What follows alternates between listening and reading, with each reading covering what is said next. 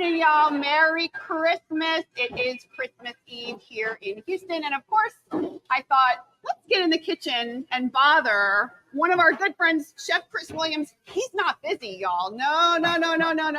Christmas is a slow time of the year. I'm just kidding. It's actually one of his busiest times of the year.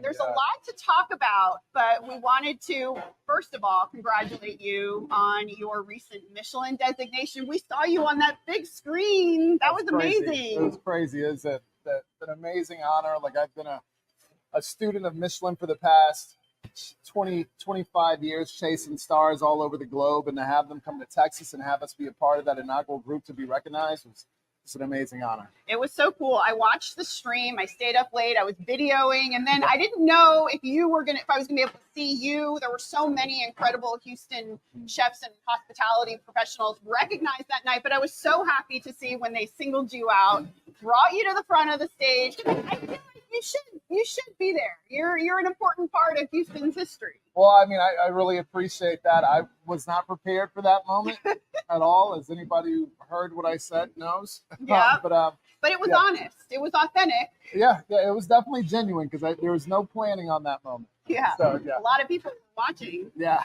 So what's it been like since then? A lot of people coming in to see you, a lot of new diners coming into the restaurant. Yeah, we've definitely experienced a nice bump in business. It came right, before the holidays, which is typically, Thanksgiving's a slower time, but we're starting to see it trend up. So we're excited. Good. Yeah. All right. Well, I'm excited. I know you're excited. You don't even know how excited you are because I'm in the kitchen for the first time, y'all. And that may be something you want to see or not. I don't know. I want to see it. First, though, what we're going to do is we wanted to stick with a cranberry theme this year because, cranberries was one of the only dishes that my mother and I really made during the holidays, Thanksgiving and during Christmas. And it was kind of a cranberry relish. Okay. So I'm going to make it. Okay. I wanted to surprise you. I didn't even tell him. That's why he's like, oh, okay. Yeah. And then you have kind of a cranberry dish too that you're going to make for us, and we're going to taste it. Good. Yeah. I can't wait to try the relish. Yes. Well, no, I can't wait for you to try the relish. Wait until you see how I make it too. Okay. That's the art, you guys. Yeah. All right. Looking forward to it. Well, why don't you get started and tell us what you're doing? Sure. So this is a dish that it's a version, an iteration of a dish that I normally make for my parents around Easter. I always make a strawberry rhubarb crumble for them because rhubarb's in season that time. And so when I had the cranberry challenge thrown at me, I figured, why don't we just try to do the exact same method, but using cranberries? And I think that I'm pretty sure, I know it's going to yield the same result because, rhubarb's tart, a little bit of sweetness, strawberries, more sweet, add sugar. And as your producer said, sweet. You might have a new dessert for late August on your hands after this show. And we know that we need one. So we just might. So what I have is, it's about 4.5 cups of fresh cranberries, simply cranberries. And then we have a little bit of sugar, but that's salt. So we're going to start with the salt.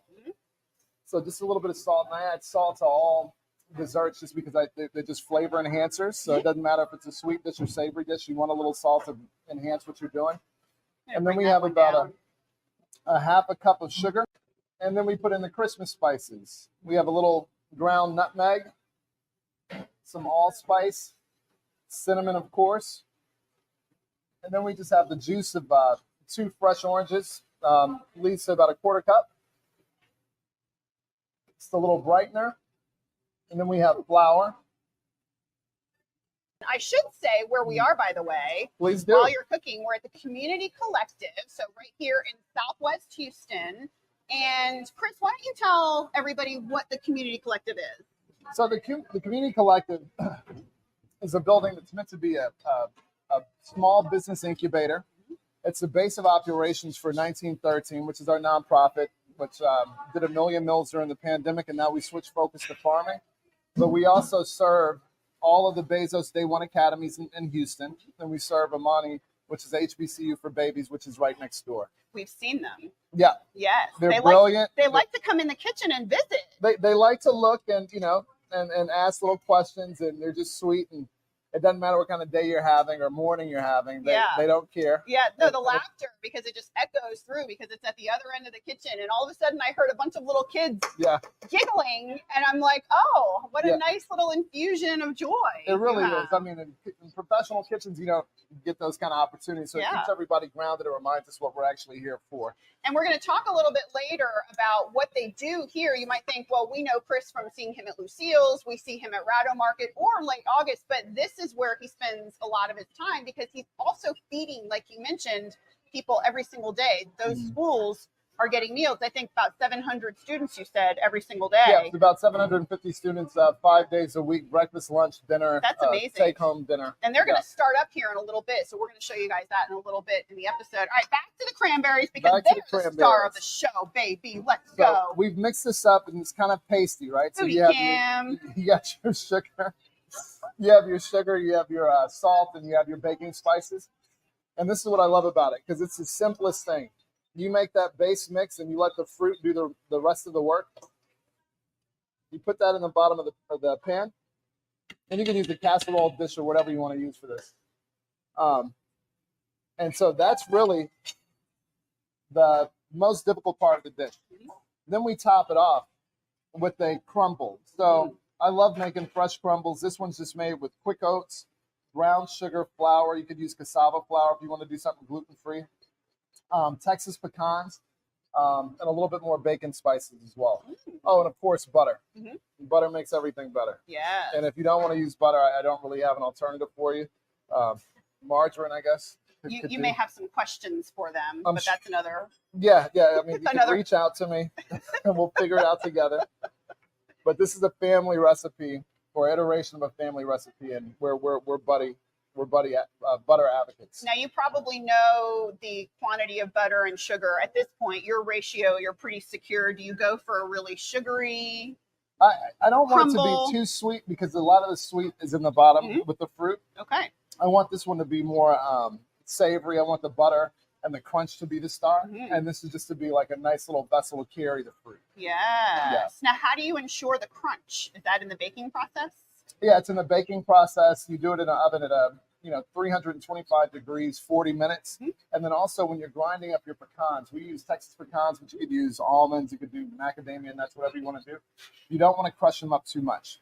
Like if you crush them up too fine in the powder, then you lose it. So you want to have nice, good chunks of that, and that's what maintains the crunch. So keep them a little bigger in order to get the crunch. Right.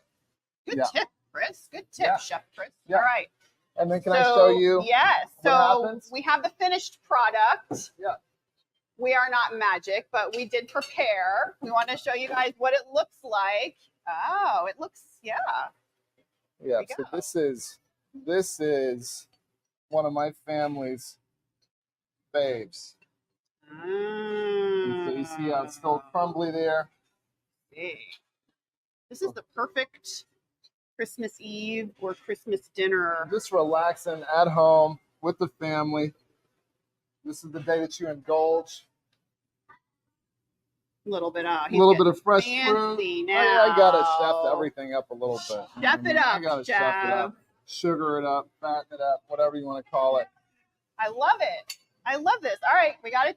You can't put this in front of me. Okay. You know me. Okay. You know. You want a bite too? You're gonna have a little bite? Sure. A little bite. I love how you make me taste things that I. All right, cheers. That's accountability right there. Merry Christmas. Cooking in the kitchen. Hey, it worked. Oh, Chef. It worked. Wait a minute. You always terrify me when I have to do this stuff, but Chef. that one worked out. No. Oh my goodness. Pretty good, huh? It works really well. It works. The cranberry is really good. Yeah, I mean, it really is a lot like that rhubarb flavor that I love. But you could use the cranberry, I feel like, even outside of the holiday season. Oh, yeah, of course. Yeah, it would work. Yeah. High five. Thank you. New dish, baby. Let's go. All right, you ready for me? No pressure. Ready? Yeah, let's go. All right, here we go. Yeah, I'm going over. All right, so this dish is what my mom and I would make very often together. We would make it to eat it, but also we would make it for our friends. And so this is what we would put in like little mason jars for teacher gifts with like a little ribbon. And then I would take it to school, and it was always a big hit. Oh, so lovely. all you need for this is a good apple, a good orange, and then some raw cranberries.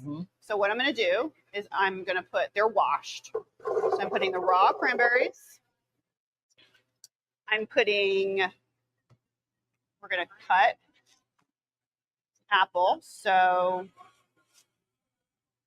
no pit or anything. Just, you know, seeds. Just no seeds, just apple, skin and all.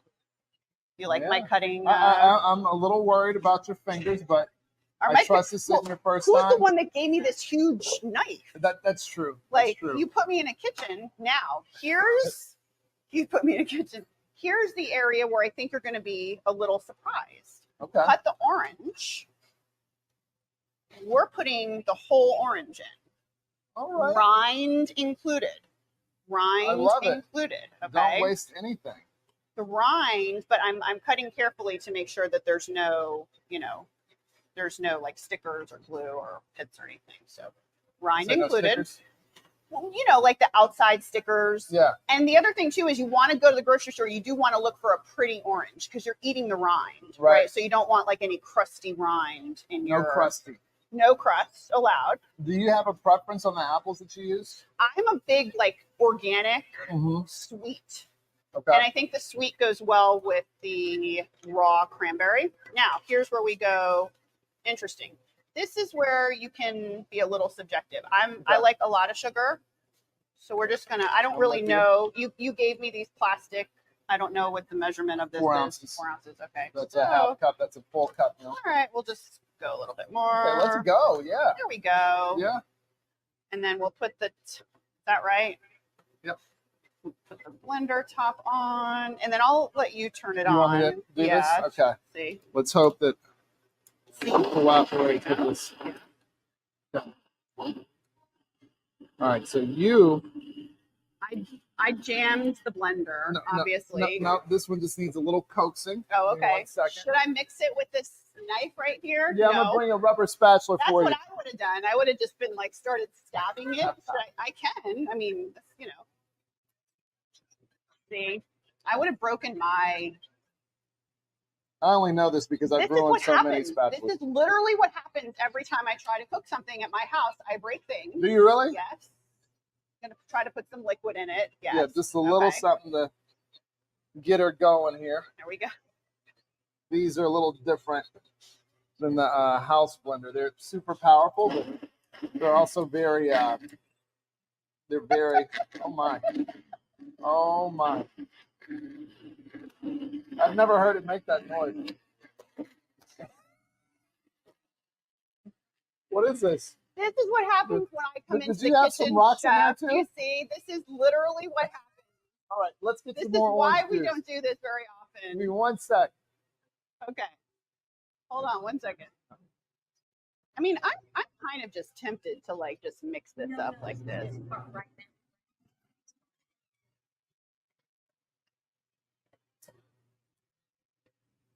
It usually works.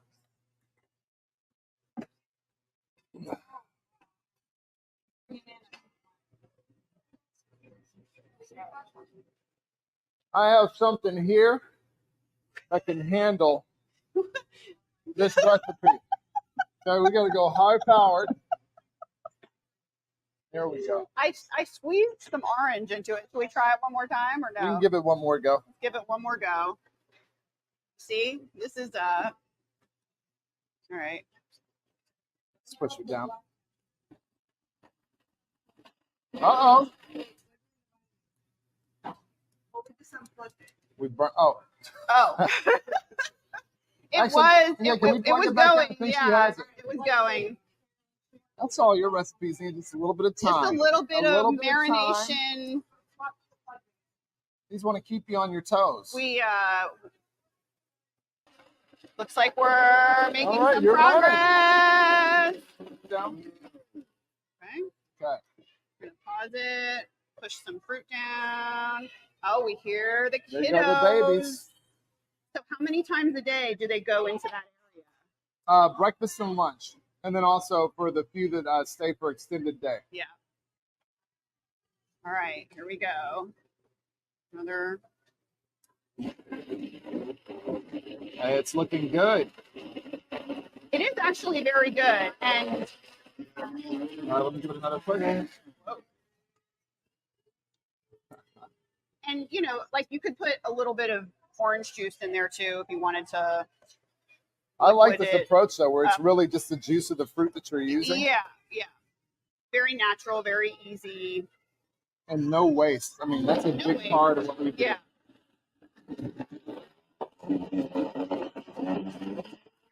There you go. Do your job. There you go. Vitamix. Do your job, There we go. Vitamix. But you can see how it's kind of becoming soupy. Yeah. Wow, And the it's fruit beautiful. from the orange and the apple really makes it very liquidy.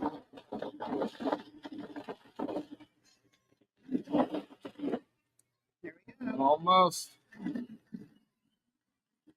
Okay. All right. That looks good. I think we're there. I think we're there. Yeah. Wow. I would eat this like right now, like this. Give me some knuckles. Right? Okay. Like that's the perfect amount of sugar. Like how good is that? That's delicious. Like, That's my really? jam. Simple. Refreshing, easy.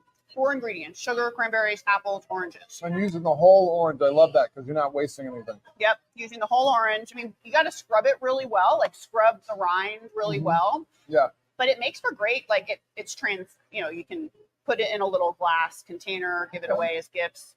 But it goes really great on proteins and like savory. I can see it on lamb even. Oh, yeah. So this is going to be making an appearance at my family's table this Christmas. Yeah. Really? I've never made cranberry sauce. Oh my gosh. I thought it was the most difficult thing. That's why I'm not messing with cranberry sauce. Like if it's too difficult, I'll buy it. Yeah. But that one I can do. You can just use this and then you can just make it more liquidy as you want. Yeah. No, that's great. Isn't that awesome? Yeah, it's really Oh my great. gosh. So Thank we just you. created a new No? dish. Tell me, what is your day going to look like tomorrow? Run me through the morning. So this will be my second year hosting my family. Yes. So that means about 60 people will be coming by my house. Wow. My sons will be there to help, along with the missus and our baby girl. Mhm. And I think I'm gonna do smoked ducks. Yeah, I just bought a barbecue pit. I mean, with the Michelin and seeing how much people love barbecue, I was like, well, maybe I need to try to figure out how to barbecue. Never professionally, Yeah. but just for me. So I'm gonna try it out on the family. Oh, I love that. Yeah, it'll be fun. I predict, though, you know, we're going to see a duck inspired dish at some point in one of the concepts. It's funny that you mentioned that because my first attempt at barbecuing, I did pork belly, and now it's on the menu over at late August. Oh, good. Yeah. Yeah, you're actually gonna try it today. Now, you have some interesting new brunch items We do. that you would love to share with us because your brunches are always very popular. Yeah. And so why don't we have a few dishes that you've created and you want to show them to us? Yeah, you want me to pull them over? Yeah, Okay. absolutely. So I'll do them in order that we would serve them. So late August, just launched Brunch a little bit over a month ago. Mhm. And so again, it's Afro-Mex cuisine. And so I'm pulling a lot from, Sergio's experience, and I'm pulling from my own personal experience and things that I love about Mexico. And so one of the things that I love about Mexico City is when you're walking through, they always have these fresh fruit cups. So I wanted to bring that here in a different, little bit more refined way. So we have fresh seasonal fruit with the coconut yogurt, house spiced granola with a little bit of chamoy and tahini on the fruit. It's refreshing. It's delicious. You eat it with your hands. It's something you share with your friends. I would try a mango. A mango? Try a mango? Yeah. My hands are a little sugary. Oh. It's going to make it even better. The yogurt. Really good. Yeah, the coconut yogurt down really good. Nice and light, dairy-free, gluten-free. Love all it. the free.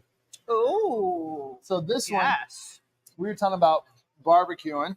And the first thing that I tried was to do smoked pork belly. So what I did with this one was marinated in palm oil, the West African staple, which has a very aggressive, earthy kind of flavor, with achiote paste which is made from the annatto seed. Mhm. And so it comes out this delicious dark red pork belly that we smoke for 8 hours, and then we put it between Texas toast, a little morito aioli, cheese, fresh tomato, mustard green leaves, and it's topped off with mustard frills and a few pea shoots and onion. That sandwich is my jam. Yeah, I just wanted to open this up because this is some. There's like, yeah, it's a lot of good. Ooh, Yeah, that looks pork great. belly is the truth. All right. Ooh, It's money, huh? really good. Yeah, I love that one. That Texas toast is amazing. Yeah, All nice right. and simple. And then Here we this is go. another one. This is the chilaquiles. Mhm.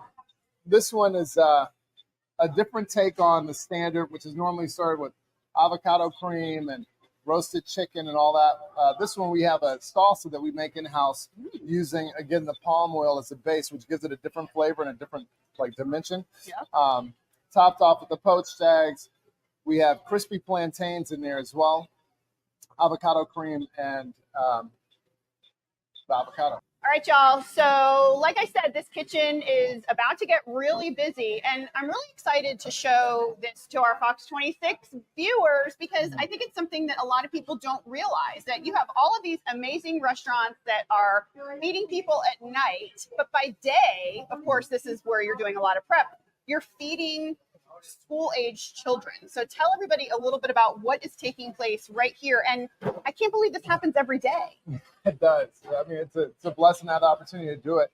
So for the past 2 years, we've been feeding the Bezos Foundation Day One Academies, which are in low-income neighborhoods around the city, all the way from Magnolia, Denver Park, to all the way out to North Shore. So we prepare breakfast, lunch, snack, and a take-home meal every day for the babies. It's about 250 that we do across and deliver straight to them every single day. And then we also feed all the beautiful babies over at Amani School, which goes from pre-K all the way up to 8th grade. Oh my gosh. So one of the challenges is that the communities that we serve are so diverse. We have to come up with dishes that check all the boxes because we don't want to alienate anybody. The worst thing that we could have is a child who doesn't want to eat something because they're not familiar with it.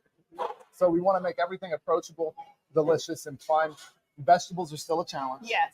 Because they're babies. They're a challenge But we'll figure it in every household. So it's about 750 students that we're feeding every day. Now, and then this is done through your own nonprofit foundation, Lucille's 1913. Tell everybody a little bit about the nonprofit that you have. So we started 1913 with the pandemic. We kept all our staff on, and we're used to working hard. And so we started feeding people in food deserts around Houston, starting in Sunnyside, specifically targeting our elders. And we would do chef curated meals, everything made from scratch, 5 days a week, and deliver right to their door. And the great thing about that program is that we would cook for their palates. Like, so there's one thing to give people food. There's another thing to give people food that speaks to their actual wants and needs and still check all the nutrition boxes. So since then, we switched over to focusing on farming and trying to introduce people to farming and giving.